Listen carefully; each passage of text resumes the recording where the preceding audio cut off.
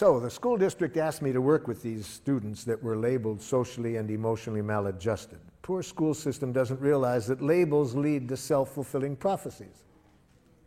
When you label people that way, they're going to behave that way. Come on, be honest. If you are labeled socially and emotionally maladjusted, you're one of those students, doesn't that give you permission to have fun in school? Labels lead to self-fulfilling prophecy. So I knew it was going to be a rough day just by that label. So when I walk into the classroom, it already starts. Half of the students are hanging out the window, screaming obscenities at their friends in a courtyard down below. So I made a request. Excuse me, I would like you all to come on over and sit down, please. I'd like to tell you who I am, what I'd like to do today. Half the students come over. I wasn't sure the other half had even heard me, so I repeated it. Would you all please come over? Now everybody comes over with the exception of two young men. Just my luck, the two that didn't come over, the biggest ones in the classroom. And again, I wasn't too sure they'd heard me, and I was praying it might just be a problem with acoustics, so I said, would one of you two gentlemen tell me please what you heard me say? Yeah, you said we had to come over and sit down. You see the problem? I make a request. He hears a demand. So I said, sir, I have learned to always use sir with people who have biceps like he did.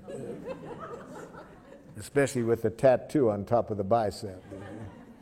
I said, sir, could you tell me how I could have let you know what I was requesting so it wouldn't sound like I was telling you what you had to do? He said, huh? See, that's a radical paradigm shift for somebody who's been educated under domination conditions, domination structures where authorities claim to know what's right, you have to do it or else, you see? So it's a radical paradigm shift in giraffe schools where people don't make demands. They just make requests. So I realize this is not going to be easy with this gentleman. He's probably carrying with him a lot of traces of being punished when he doesn't do what other people want, or blamed. I'm not expecting him to give that up right like that. So I said, sir, how could I let you know that I was requesting something of you without it sounding like I was bossing you around? I don't know.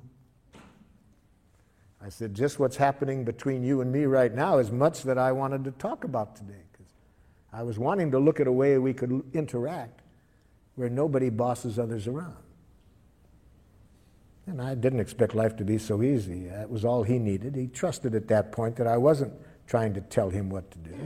And he came over, and we had a very cooperative day. But as long as people hear our request as demands, they have only two choices, submission or rebellion. And neither of us are going to connect us with people in a way that's good for anybody. So the main thing that's the difference is not how nicely we say it, but how we treat people when they don't do what we want.